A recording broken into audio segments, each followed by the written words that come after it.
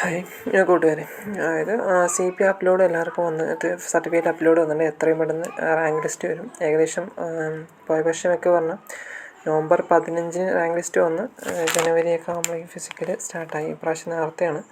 ഇപ്രാവശ്യം നമ്മൾ ഓണത്തിന് മുമ്പ് വന്ന് ശേഷിക്കണം. ഫയർഫോഴ്സ് കഴിഞ്ഞാൽ പിന്നെ എക്സൈസ് ആവാനുള്ള ചാൻസ് ഫിസിക്കൽ ഉണ്ടാകും. എക്സൈസിൻ്റെ ഫിസിക്കൽ കഴിഞ്ഞത് അടുത്ത് തന്നെ ആയിട്ട് നമുക്ക് എന്ത് ചെയ്യാൻ പറ്റും, അടുത്ത് തന്നെ ആയിട്ട് ഫിസിക്കൽ പ്രതീക്ഷിക്കാം. അതായത് പ്രധാനമായിട്ടും 8 ഐറ്റങ്ങളാണ് വരുന്നത്. അതിൽ ഇപ്പോൾ നമുക്ക് പുതിയ പിള്ളേർക്ക് ഫിസിക്കലിനെ കുറിച്ച് ധാരണ ഉണ്ടാവില്ല. എപ്പോഴും ഗ്രൗണ്ടിൽ ഓടിക്കൊണ്ടിരിക്കുക, ഓട്ടം മാത്രമാണെന്ന് വിചാരിച്ചിരിക്കുകയായിരിക്കും. ഇപ്പോൾ GD ഒക്കെ പോലെയാണെന്ന് വിചാരിച്ചിരിക്കുന്നുണ്ടാവുക. ശരിക്കും നമുക്ക് 8 ഐറ്റമാണ്. 5 ഐറ്റം നമുക്ക് സുഖമായിട്ട് അടിക്കാൻ പറ്റും. നമ്മൾ ശരിക്കും ഒരു 8 ഐറ്റമൊക്കെ അടിക്കുന്നവരൊക്കെ ഉണ്ട്. പക്ഷേ നോർമൽ 7 ഐറ്റമാണ് എല്ലാവരും പ്രിഫർ ചെയ്യുക. പ്രായം 100 മീറ്റർ എന്തായാലും അടിച്ചിരിക്കണം. 100 മീറ്റർ 14 സെക്കൻഡ് കൊണ്ടാണ്. പിന്നെ അത് കഴിഞ്ഞ് പറഞ്ഞാൽ ഹൈ ജമ്പ് 132.20 സെൻറ്റിമീറ്റർ. ശരിക്കും പറഞ്ഞാൽ ഇത് നമ്മുടെ ഒരു ചെസ്റ്റിൻ്റെ ആ ഒരു ഹൈ ലെവലേ ഉണ്ടാവുള്ളൂ. നമ്മളൊന്ന് നന്നായി ശ്രമിച്ചാൽ നമുക്ക് കിട്ടാവുന്നതാണ്. പിന്നെ വരുന്നത് ലോങ് ജമ്പാണ്. അതും നമ്മളൊന്ന് ട്രൈ ചെയ്ത് കിട്ടാവുന്നതാണ്. നമ്മളൊന്ന് ഓടിയൊക്കെ ഒന്ന് റെഡിയാക്കി കിട്ടാവുന്നതാണ്. പിന്നെ ഷോർട്ട് പുട്ടാണ്. ഷോർട്ട് പുട്ടും നമ്മൾ നന്നായി വെയിറ്റൊക്കെ അടിക്കുന്നവരൊക്കെ ആണെങ്കിൽ വേഗം സെറ്റാവുന്നതായിരിക്കും. പിന്നെ ത്രോ ബോളാണ്. അത് പിന്നെ ക്രിക്കറ്റ് കളിക്കുന്ന നോർമലി എല്ലാവർക്കും ത്രോ ബോൾ കിട്ടാവുന്നതാണ്. ത്രോ ബോൾ ക്രിക്കറ്റ് കളിക്കാൻ എക്സ്പീരിയൻസ്, പക്ഷേ ഓവർ ഇഞ്ചുറി വരാൻ ചാൻസ് ഉള്ളതാണ് ത്രോ ബോൾ എന്ന് പറയുന്നത്. കാരണം എന്ന് വെച്ചാൽ അത് കഴിഞ്ഞിട്ടുള്ള പുള്ളപ്പും റോപ്പ് ക്ലൈമ്പിംഗ് ഒക്കെ ചെയ്യുമ്പോൾ നല്ല ഇഞ്ചുറി വരാൻ ചാൻസ് ഉണ്ട്. അപ്പോൾ അതുകൊണ്ട് നന്നായിട്ട് അധികം ഞാൻ ഫിസിക്കലിന് പോയപ്പോൾ പലപ്പോഴും ഒരു 100 പേരുണ്ടെങ്കിൽ ഒരു 50 പേരോളം അല്ലെങ്കിൽ 50 75 പേരോളം എന്താ പറയുക ക്യാൻസൽ എന്താ പറയുക പാസ് ചെയ്ത ഐറ്റമാണ്. അത് മാറി നിൽക്കും. കാരണം എന്താ വെച്ചാൽ അടുത്ത 2 ഐറ്റം സിമ്പിളാണല്ലോ, പുള്ളപ്പും റോപ്പ് ക്ലൈമ്പിങ്ങും.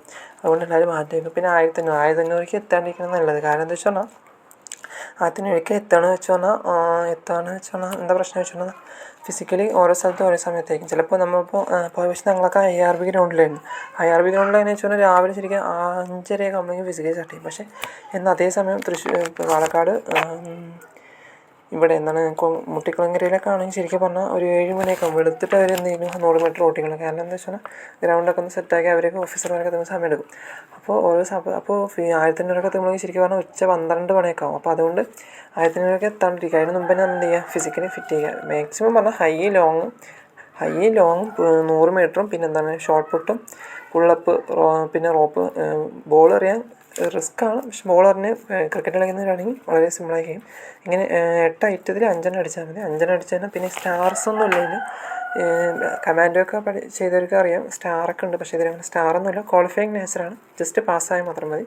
ഇപ്പം തന്നെ തുടങ്ങും എല്ലാവരും. കാരണം എന്താ വെച്ചാൽ പിന്നെ ഏകദേശം പെട്ടെന്ന് ചാൻസ് ഉണ്ട്. കാരണം PSC പറഞ്ഞാൽ PSCൻ്റെ പണി ഇതാണ്. അല്ലാണ്ട് പഴയ ലിസ്റ്റിൽ എത്ര അഡ്വൈസ് പോയില്ല, പുതിയ ലിസ്റ്റ് ഇങ്ങനെയൊക്കെയാണ്, അതൊന്നും PSCക്ക് പ്രശ്നമില്ല. PSCൻ്റെ വർക്ക് എന്താണ്, PSCക്ക് റാങ്ക് ലിസ്റ്റ് ഉണ്ടാക്കുക, അതാണ് PSCൻ്റെ വർക്ക്. അപ്പോൾ അവിടുത്തെ അവർ കറക്റ്റായി വർക്ക് ചെയ്യും. പോകണമെങ്കിൽ കഴിഞ്ഞ് പറഞ്ഞാൽ അപ്ലോഡിൻ്റെ എല്ലാ ഡിസ്ട്രിക്റ്റും ഫുള്ളായി ക്യാമ്പത്തെ ഫുള്ളായിട്ട് വരും. അത് കഴിഞ്ഞ് ഒരു ഒന്നര മാസത്തിനുള്ളിൽ റാങ്ക് ലിസ്റ്റ് എന്തായാലും പബ്ലിഷ്ഡ് ആവും.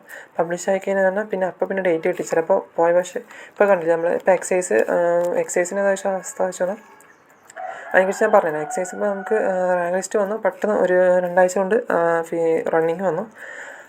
അപ്പോൾ അങ്ങനെയൊക്കെയാണ്. അപ്പോൾ CPO എന്താ വെച്ചാൽ ചിലപ്പോൾ പെട്ടെന്ന് ഇടും, ചിലപ്പോൾ പറയാൻ പറ്റില്ല. നമുക്ക് എന്തായാലും ആൾ കുറവാണ്, അത് ഉറപ്പാണ്.